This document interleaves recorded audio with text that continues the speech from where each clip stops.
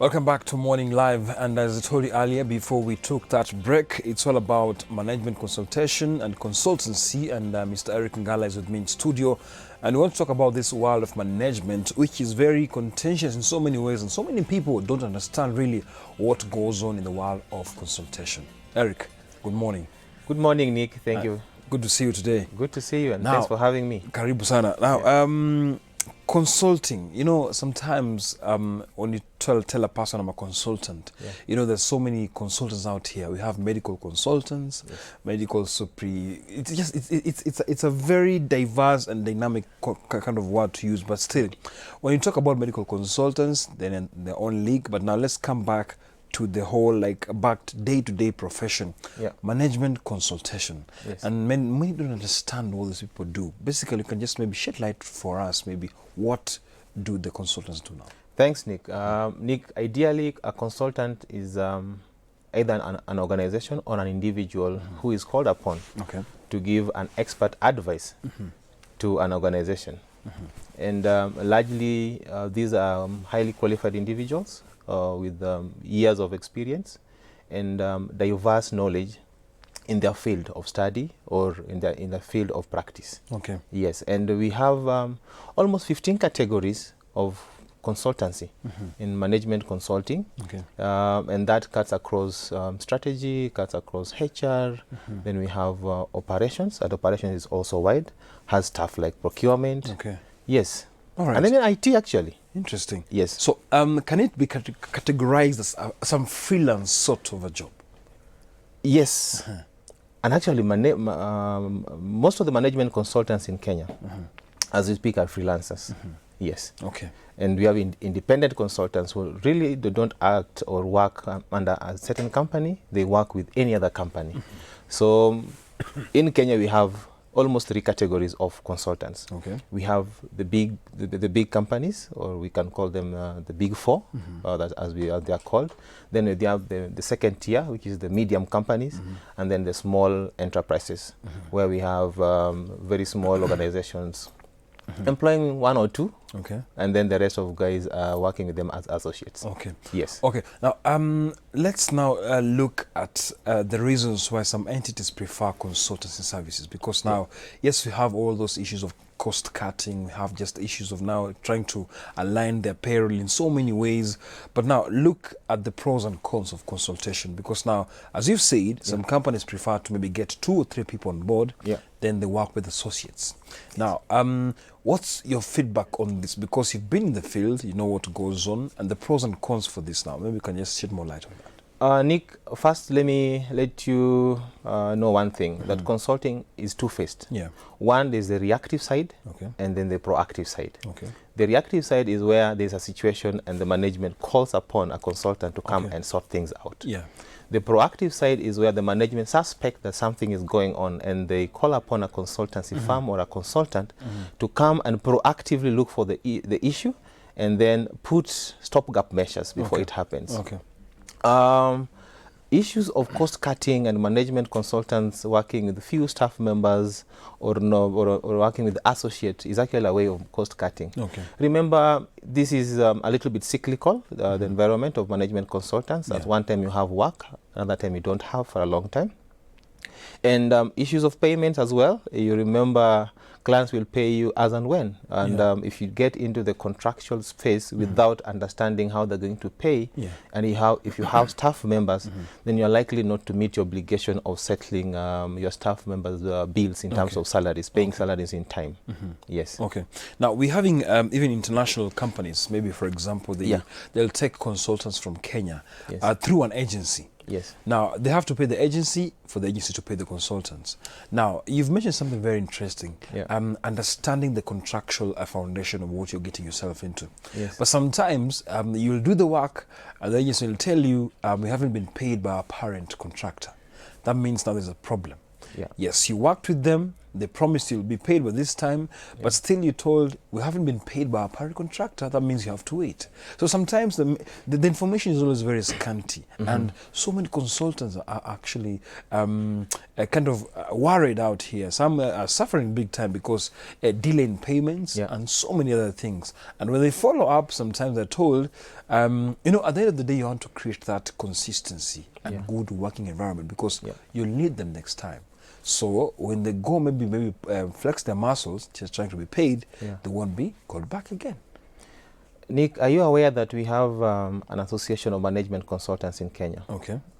This association was registered in 2018, and our main aim is actually to build the competencies of our consultants and our member consultants. I mean, it's on the side of the technical competency, the side of business competency, and even understanding the behaviors and ethics required in the profession. One of them is actually contracting.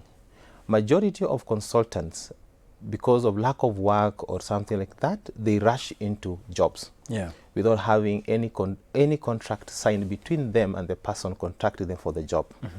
At the end of the day, you do not know the phase or the step, the next step when you're going to be paid anything out of the work that you've done. So we actually encourage the consultants who are getting engaged to be sure that, number one, the first thing you need to do is the understanding of the business and the area where you're going to consult.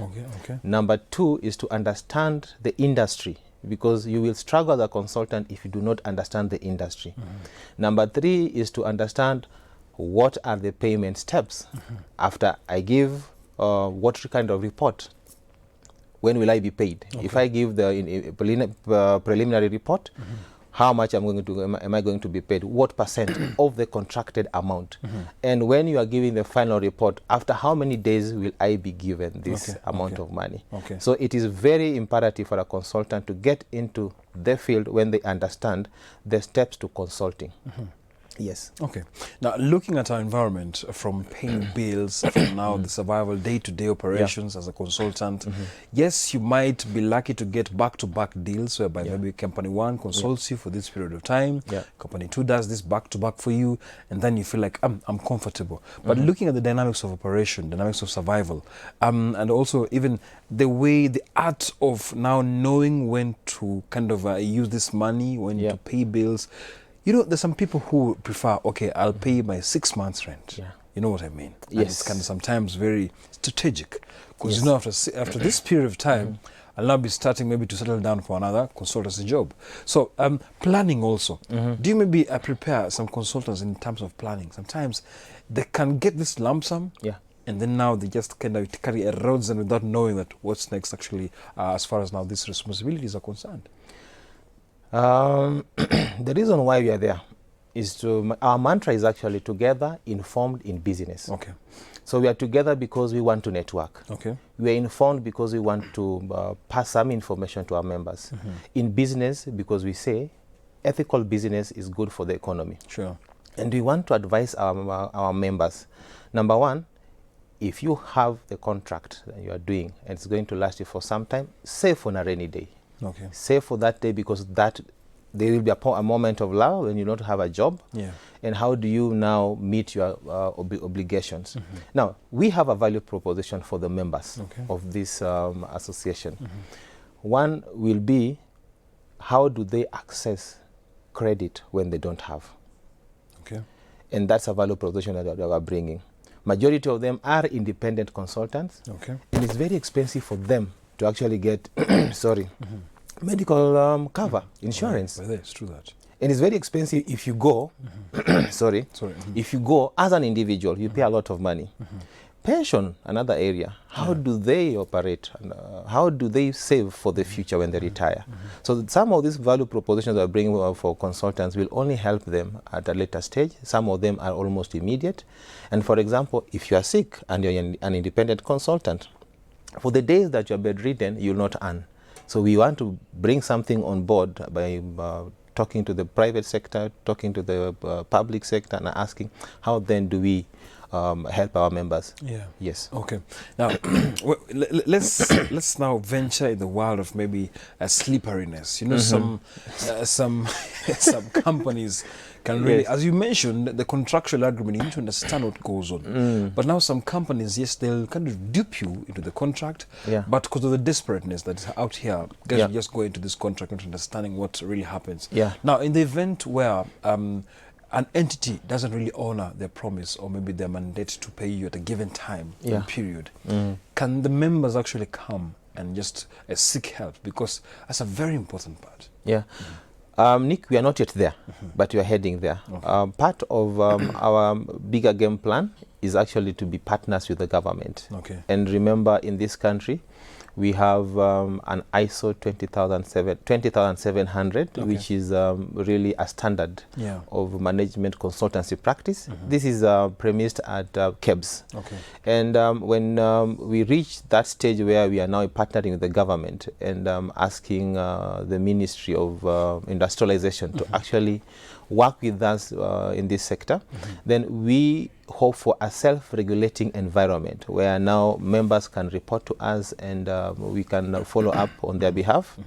But ideally, we do not want to go that route of following up for our members' payments. Yeah. But we want to enlighten members to understand one thing, that if you are paid before you start, meaning a down payment, then that client is committed. Okay. And when you deliver the phases of that assignment, then you should be paid. And if you sense some delay, then you have to go into negotiation. And if you're not paid for a certain stage, that is that's a red alert. Then you get to be ready for something, or get into a phase of asking, then what percentage can you pay? Okay. It's a negotiation. Okay. Yeah. Very, very interesting. So we're taking a short break. When we come back now, there are situations whereby a consultancy or maybe a firm gives you an upfront pay for operations, for you to pay people for maybe a research or something.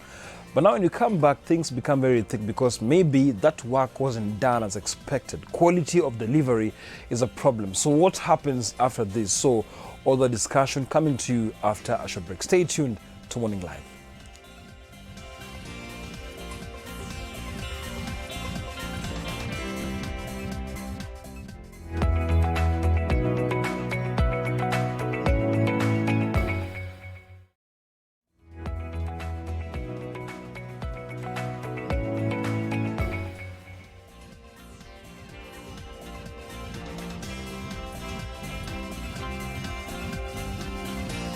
Right, welcome back to Morning Live. I mentioned earlier before we took a break that indeed sometimes things happen where a consultancy firm, not even actually your employers for that matter, they give you a mandate. For example, you go to maybe Rwanda for research and then the job is kind of done shoddily. When you come back to report, they don't like your job. So what happens after this? Because they kind of pumped some money for you to go for the consultancy work. Now when you come back, it's actually back to zero. So, Bwana Eric Ngala, in that situation, as a consultant, put yourself in that shoe. Yeah. You went all the way to, for example, Ethiopia for a consultancy job. Yeah. They paid everything up front. You paid your people who are supposed to do maybe the research on the ground.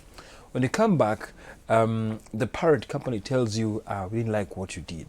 So before you pay you, either you go back, redo it, or maybe now we cut it as it is. Nick, I must say that's sad.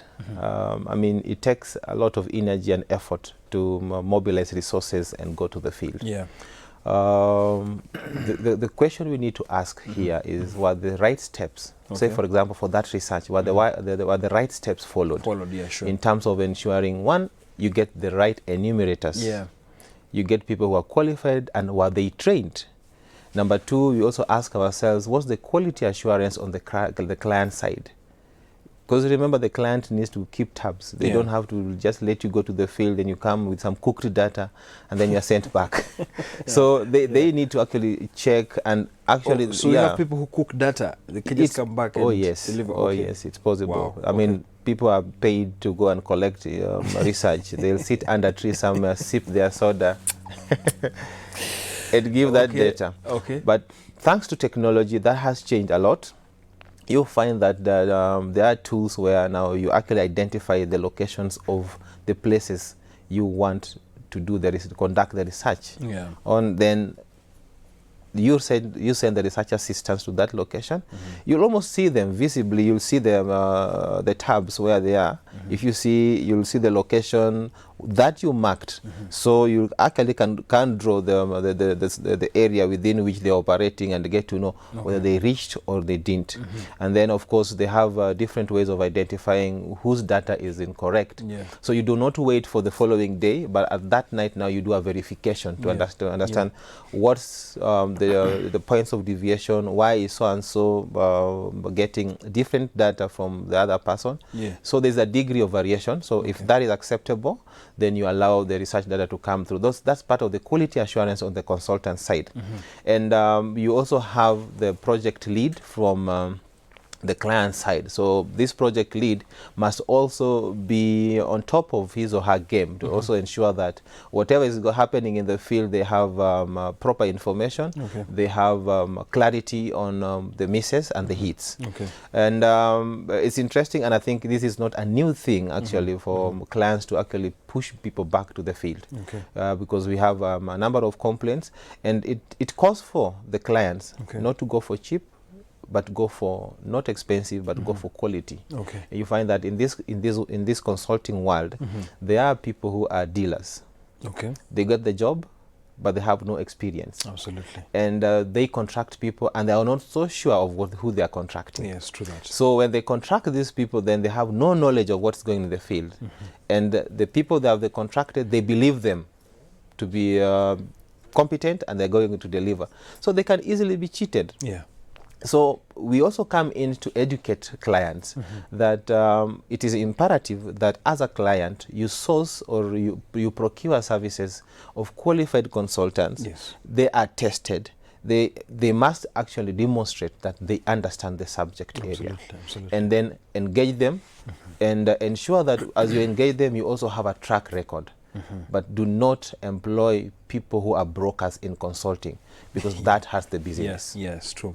Now, let's talk about competency. You know, when you talk about competency qualifications, this thing comes really in handy for you to be given a task. So, are we living in the world of where elite, or what was your whatever, you know, people kind of flex their muscles. What did you do?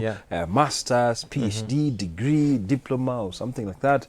Now, looking at the acceptance criteria, whereby now you've applied to be a consultant somewhere, and they're looking at your qualifications. You have experience in this, experience in that, a degree, a master's. What really happens? Because now that's where even young people who are in school maybe, they want to venture into consultancy. Because I believe you can actually grow up through the ladder for you to become who you want to be. So what's always the criteria here? Nick, I like your question. Number one, on the area of qualification. Remember, the world is quickly changing. Right now, if you go into the media, you'll see a number of the big 4 consulting firms and now not believing in degrees. It's interesting. They're actually employing majority diploma guys. Why is that the case? It's true that. I don't want to discount the importance of education in consulting. But actually, if you look at it, consulting just needs the tacit knowledge. What knowledge do you bring on board? Because you can have a diploma, but you are so grounded in your area of expertise, and you can give very good and impactful advice. So who would you go for? A degree holder without depth in the subject, or a diploma holder with a lot of insights? Of course, diploma, hands-on insights. Definitely. And that is where we have also realized that it's really not in the degree, but it's in the person's qualifications, experience, and the understanding of the field. So these people of diplomas, degrees, you put them on a scale. Some degree guys will shine, some will fail. So the world of consulting is opening up for diploma guys, and I've seen that a lot in the big companies. Number two, you're asking about an interesting thing. Students. What happens with them? For the young people watching right now, like, hey, is this just a matter of maybe the big boys who maybe traverse through this world of consultancy, or maybe even us guys who are in school, the young people can actually join you guys? Yes, we have different categories. Nick, I'll not remain young forever. And those who are older than me, they'll never remain in the profession forever. So as an Association of Management Consultants Kenya, then we have appreciated the fact that we need to grow, because as a consultant, we're always told of, oh, what's what we call, how do you grow others? What is your succession planning? Yes, very in true. place. So we have decided that we have actually student membership category, so that a student who really yearns to be a management consultant joins as a member at a very low fee, and we will give them the skills upfront. So before they join, because actually for you to be a management consultant, you must have seen that, done that. You must have gone through a cycle in the organization. You understand the organization. You have led a team and you understand that field properly. Yes. Then you come out and now give the advice to the management. So we encourage them to actually go to the practical work environment. Okay. For For you to understand this industry, the media industry, you cannot bring someone who has worked in a manufacturing sector to actually consult for the media, for this industry. You need someone who has worked in the media to come and offer service to the media industry. Absolutely. So we encourage people to, as a student, identify your area of strength, go for it, and then go for the sector. And when you come out of the sector, remember, as a member, we'll be having forums for education, for upskilling, and for giving resources. So these forums will actually offer members the service that they need in order for them to go out there and give service to clients. Amazing. So let's talk about HR consultants, because I think that's where your lineage is actually. Yes. That's where your specialty is. Yes. Sometimes when some people, for example, international companies, I can tell you for free that, like the BBC in Kenya, they don't use their own. Maybe just recently they started with their own. They use consultants, not even from the UK, but other countries too, as source for their talent. Now, do you think when you're using someone from a different location to consult for maybe a local entity somewhere, do you think it's kind of misplaced, because maybe people feel like they don't really understand how the market is? Is it true? Because there's a tug of war. International consultants, local consultants, there's a tug of war between them, because now, do they do it better? Maybe you can give us that answer. Nick, I like to be associated with HR very much. Actually, my background is in strategy and corporate planning. And I switched to HR for obvious reasons. All right. So in HR, I find training to be my field, and HR end-to-end consulting. But now, this is a case of international consultants or international organizations not believing in local consultants. Remember, the international consultancy firms have built a name, so they go for the name. And they pay huge amounts of money. Yes. Nick, do you realize that there are a number of retired guys from those big companies who are out here, and because they are trying to create a name for themselves? And nicely enough, these individuals are also subcontracted to go back and work for the international companies.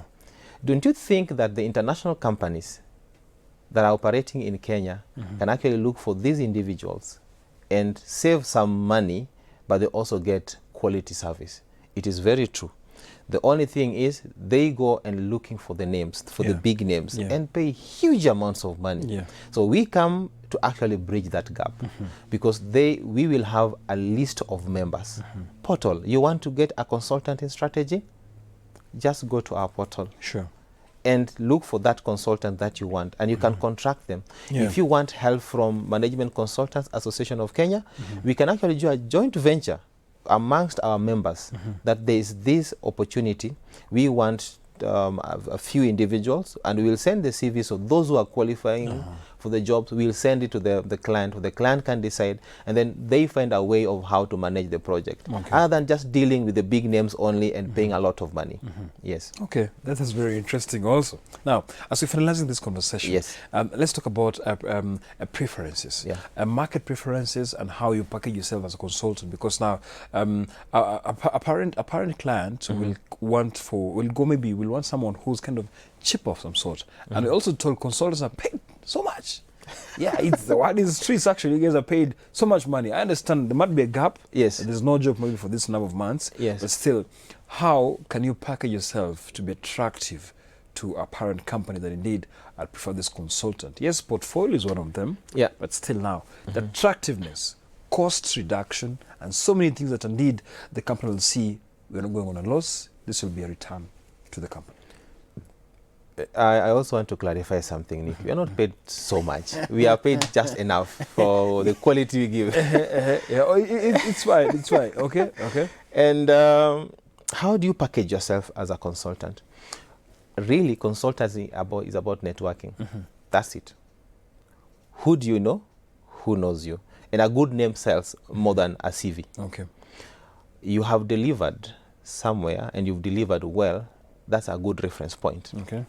Remember, most of these clients, they also have their own groupings, associations, sure. and they'll ask, oh, by the way, I saw such and such a thing that was done. Who did it for you? Yeah. And a good name will sell. But a bad name will say, there's someone who did it, and not so quite to the point, and there you lose business. But if you have a good name, your calendar is full. So referral is important. Referral is very important. And referral even amongst colleagues. If you've been bad and you don't deliver in time and you are almost like not a team player, you'll really find it very hard to get employed. What if in a circle of competitiveness, whereby now Eric and I, we share the same trade, same traits, same papers, same experience, can you refer me into a job? Yes. Oh, we do that a lot amongst the consultants. You know, when you work, you find that there's a rapport between you and a certain group of colleagues. Yes, exactly. So when you're swamped, the only fallback plan you have is so and so. You have a contract that is running, and your resources are totally depleted. You don't have consultants to work with. You go to a senior colleague or a junior colleague and just give them the highlights of the job, and they run with it. So we actually not in competition. We actually complementing one another. Those who think that management consultancy is a competitive environment where you need to compete with one another, then you are wrong. And that's why they don't share information. And that's why now they don't get information, because when you share, you get a lot. Okay.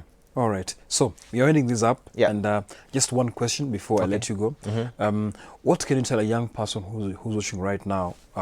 Yes, we've talked about packaging themselves in the field of consultancy, but you also accommodate students. Maybe what can you tell someone who doesn't want really to be employed full-time and wants to be a consultant? This young person who's still in school, just cleared school. What's your advice? We encourage them to first go to the job environment because it really helps for sure. So experience is important. Experience is very important in consulting. We see, except in IT, for example. In IT, because once you've understood the field where you know how to create whatever it is that you're going to create, you can work behind the scenes. But where you're going to meet clients, where you're going to solve organizational issues, then you must have experience. Okay. Thank you so much, Eric Ngala, for coming. Thank you very much. I appreciate your presence this morning. And we'll call you back here again when you have an HR issue, because now the clarity out there is very important. So just hold right there. Karibu sana. Thanks. And then